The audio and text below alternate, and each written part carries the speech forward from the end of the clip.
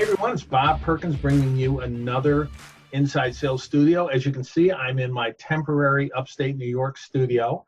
I'll get back to the regular one in September sometime.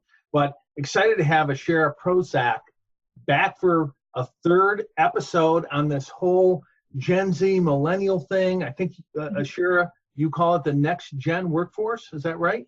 That is right, yep. That's awesome. And today, she's going to share 3 tips leaders can consider putting to use for the, this younger millennial or Gen Z workforce. So Ashira, all yours.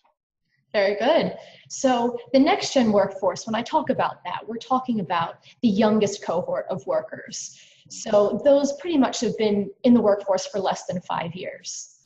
So I would have to say that my absolute best tip is going to be teach them. As leaders, your roles have shifted a little bit, and a little bit more responsibility lies on your shoulders to provide them with a foundation with which they can learn and grow within your organization. Teach them. A year or two ago, the last few years, teaching, training has been at the top of a leader's biggest challenge. So we don't have it solved yet, but just make sure you do it because they need it more or they want it? A little bit of both, actually. They are coming into the workforce with a bit less of a skill set than we had before, simply because they're not learning how to write on paper anymore. Their predominant method of communication is digital, so they just don't have those same skills. And the same thing with, say, speaking on the phone. They're just not used to it. And we're asking them to write, 20, 30 emails a day, sometimes exactly. Senior executives. That's a great tip. Teach them. What's number 2? So it's an assistant to teaching them is use a mentoring program.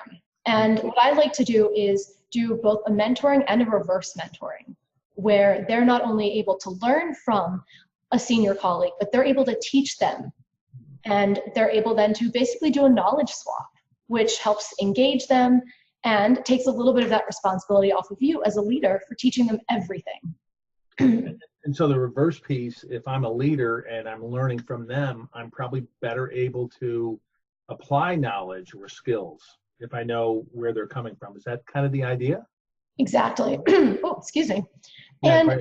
it keeps them a little bit engaged, because who doesn't like to be able to teach someone older than them, that's more experienced than them? It's just a great little boost.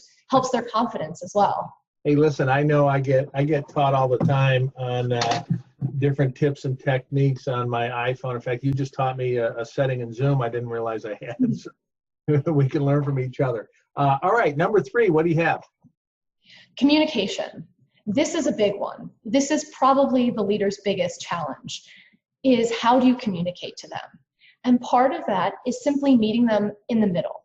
If you know that your staff is a big text messaging cohort, then try to work that into some of your communication. If you've got something quick, maybe establish a Slack channel so that instead of emailing them, catch them where they are. And in turn, you can teach them what they need to do, perhaps writing an email by modeling what you'd like them to do in the emails that you can post to them. And what I think I heard you say there is use a mode of communication, teaching, training that is comfortable and accessible to them, whether it be texting, a short video, or what have you. Exactly. Hey, those engage them in the ways that they're already used to getting their knowledge through their phones. Yeah, or games on a tablet or something. I don't know. Hey, listen, Ashira, that's great. And you're going to be out to our Boston conference September 6th in Norwood, Mass. Digital Sales World, put on by AA-ISP, and you're going to be speaking there on this whole topic. Will you dive even deeper than these 3 tips? Absolutely. Join me there for some exclusive secrets. I love it. All right. Well, I know I'm going to be at your session, and thanks for joining us, and we'll see you September 6th. Thank you so much. Looking forward to it. All right. Until next Monday, good selling, everyone. Bye-bye.